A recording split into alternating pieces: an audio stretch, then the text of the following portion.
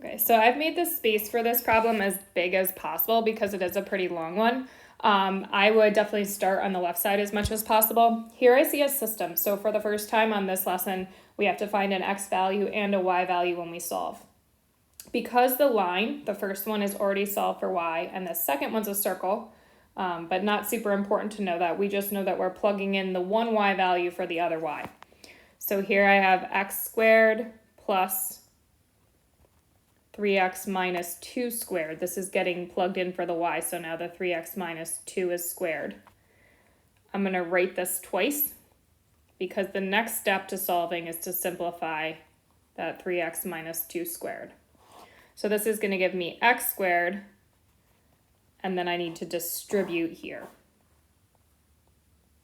So I get 9x squared. I have minus 6x, which is minus 12x next, plus 4 equals 116. So now we're going to combine like terms, but also bring over the 116. So this gives me 10x squared minus 12x minus 112 equals 0. At the next step, we're going to factor out the GCF of 2 to make this, it's still a hard one to factor, but a little bit easier at least. Okay, and I see that I still have an a greater than 1, so I need to multiply these two numbers together. That gives me negative 280. So I have 2.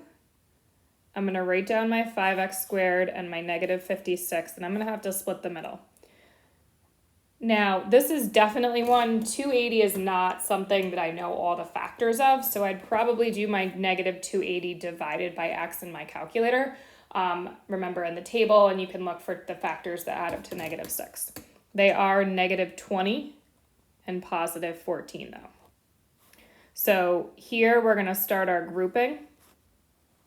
Be careful, I'm going to do red parentheses. That 2 is all the way on the outside, okay? So we're taking out a 5x, and we have x minus 4, and taking out a 14, and we have x minus 4.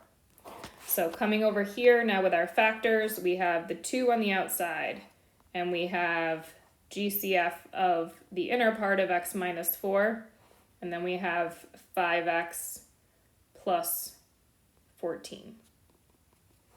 So 2 doesn't equal 0, so that's crossed out, and we get answers of x equals positive 4, and x equals minus 14 divided by 5, so negative 14/5. Now we've already done a lot of work, and it's easy to say, oh, that feels like a problem is done, but remember we need to find the y values as well. So I'm going to plug the x value into this equation, 3 times 4 minus 2. So this gives me 10. So my first point is 4 comma 10. And then my second point, I'm going to plug in the negative 14/5. Probably a good idea to use a calculator on this one. And that's going to give me a y value of negative 52 over 5. So my second point is negative 14 over 5, comma negative 52 over 5. So that's, on a Regents exam, that would be like a 6-point level question because you have the system, you have the squaring, you have the a is greater than 1. You have to go back and remember how to work with a system. So just a little longer problem. The next one is another system, but we have these represented as functions.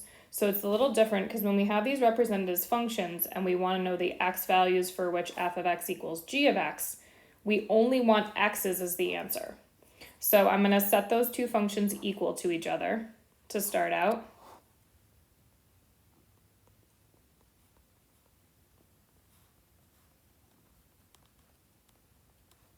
Okay, and then we're going to start going through this process. So I'm going to move actually everything over to the right side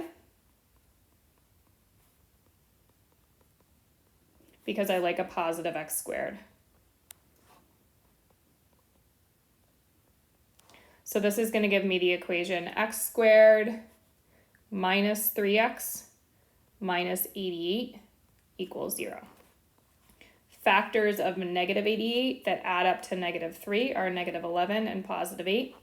So my x values are 11 and negative 8. Remember, that's all I'm looking for because this one has specifically said we're finding when the functions are equal. What is the x that makes the functions equal to each other?